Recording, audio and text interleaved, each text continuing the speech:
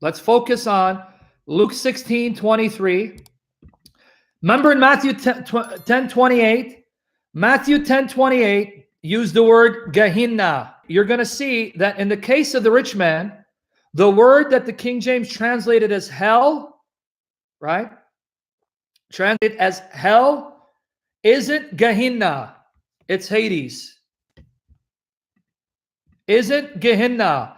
The word that the King James translators translated as hell in Luke 16:23 isn't Gehenna, it's Hades. Okay, so now did everyone get it?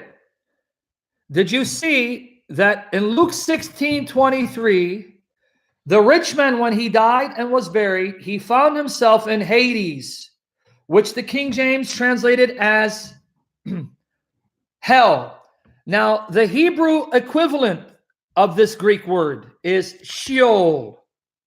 Sheol. Okay. The Greek word Hades corresponds to the Hebrew word Sheol. Sheol. Everyone with me there? In Matthew 10:28, the word is Gehenna. It's not Hades. It's two different words. Now, what's the difference between Hades and what's the difference between Gehenna? Let's look at Luke 16:22-23, and you'll see what the difference is. And it came to pass that the beggar died and was carried by the angels into Abraham's bosom. The rich man also died and was buried. Buried. But then notice 23.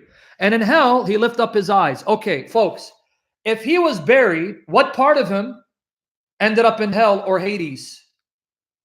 What part of him was buried? What part of him ended up in hell and Hades? His soul, his spirit. And what part of him was buried? His body. Okay. Now, what's the difference between Hades, Sheol, and Gehenna? Go to Matthew 10:28. Matthew 10:28. And fear not them which kill the body, but are not able to kill the soul, but rather fear him which is able to destroy both soul and body in hell. Here's the difference.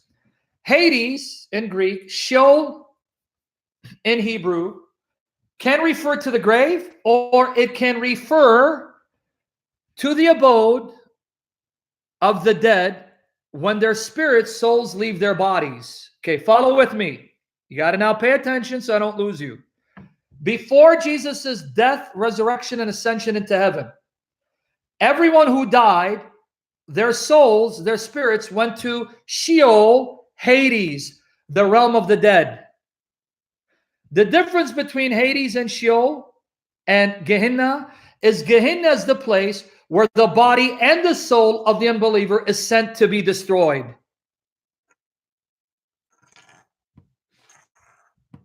Clear? You see what the difference is now, right? So if someone tells you, what's the difference between Hades, in Hebrew Sheol, and Gehenna? The difference is, up until, now you got to pay attention. Yes, Andrew, pay attention. Up until the time of Christ's ascension to heaven, all who died, their souls and spirits would leave their bodies and go to the realm called Hades and Sheol. That's where the rich man was. After the resurrection of the dead, after the day of judgment, Christ will take the souls of unbelievers that are being tormented in Hades, unite them to their bodies, and then throw them, body and soul, into hell. Yep, the lake of fire. Matthew 10:28, one more time. And fear not them which kill the body, but are not able to kill the soul, but rather fear him which is able to destroy both body and soul and body in hell. And the Greek word is Gehenna. Gehenna is where the soul and the body of the unbeliever are sent to be destroyed. Mark 9:43-48. And if thy hand offend thee, cut it off. It is better for thee to enter life maimed than having two hands to go into hell, into the fire that never shall be quenched. Guess what the word hell is there? It's Gehenna. And notice it's referring to physical body parts. Cut off your physical hand, because it's better that you enter life with one hand than having both your physical hands tormented in the fire of Gehenna, where the worm dieth not, and their fire is not quenched. And if thy foot offend thee, cut it off. For it is better for thee to enter halt into life, right? Maimed, than having 2 feet to be cast into hell. Guess what the word is in Greek? Gehenna. Into the fire that there shall never be quenched. And if thine eye offend thee, pluck it out. It is better for thee to enter into the kingdom of God with 1 eye than having 2 eyes to be cast into hellfire, where their worm dieth not, and the fire is not quenched. The word hell there is Gehenna. Gehenna. So you see, Jesus again is referring to the physical body being thrown into hell. Do you guys now see the difference between Hades / Sheol and Gehenna? Even though the King James translates these words the same in many places, it's not the same Greek word, and it doesn't have the same application. Okay? So if someone now asks you, what's the difference between Gehenna and Hades / Sheol? The difference is now after Christ, when an unbeliever dies, the bodies go to the dust, their souls leave their bodies, spirits leave their bodies, enter torment until the day of resurrection, where Jesus will then awaken their bodies from the dust, unite their bodies with their souls, their spirits, and then body and soul will be sent into Gehenna, into hell. Yep. And the Gehenna is the second death, the lake of fire. Okay. Is it now making sense?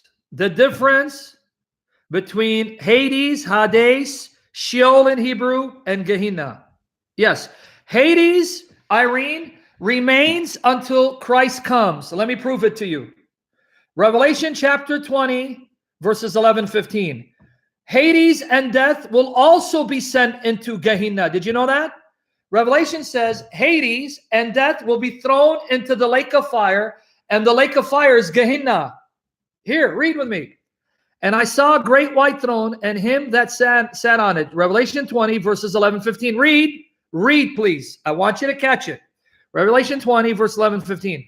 I saw a great white throne, and him that sat on it, from whose face the earth and the heaven fled away. There was found no place for them. And I saw the dead, small and great, stand before God. And the books were open. And another book was opened, which is the book of life. And the dead were judged out of those things which were written in the books according to their works. 13 and 15. Read now. And the sea gave up the dead which were in it, and the death and hell. Guess what the word hell is? Guess what the word hell is? Hades. Death and Hades, right? Were cast into the lake of fire. This is the second death. Revelation 20, 13, 14. And the sea gave up the dead which were in it, and death and hell, Hades, delivered up the dead which were in them, and they were judged, every man according to their works. 14 again. Death and hell, the Greek word here is Hades, were cast into the lake of fire. This is the second death. And whosoever was not found written in the book of life was cast into the lake of fire. Now, folks, let it sink in.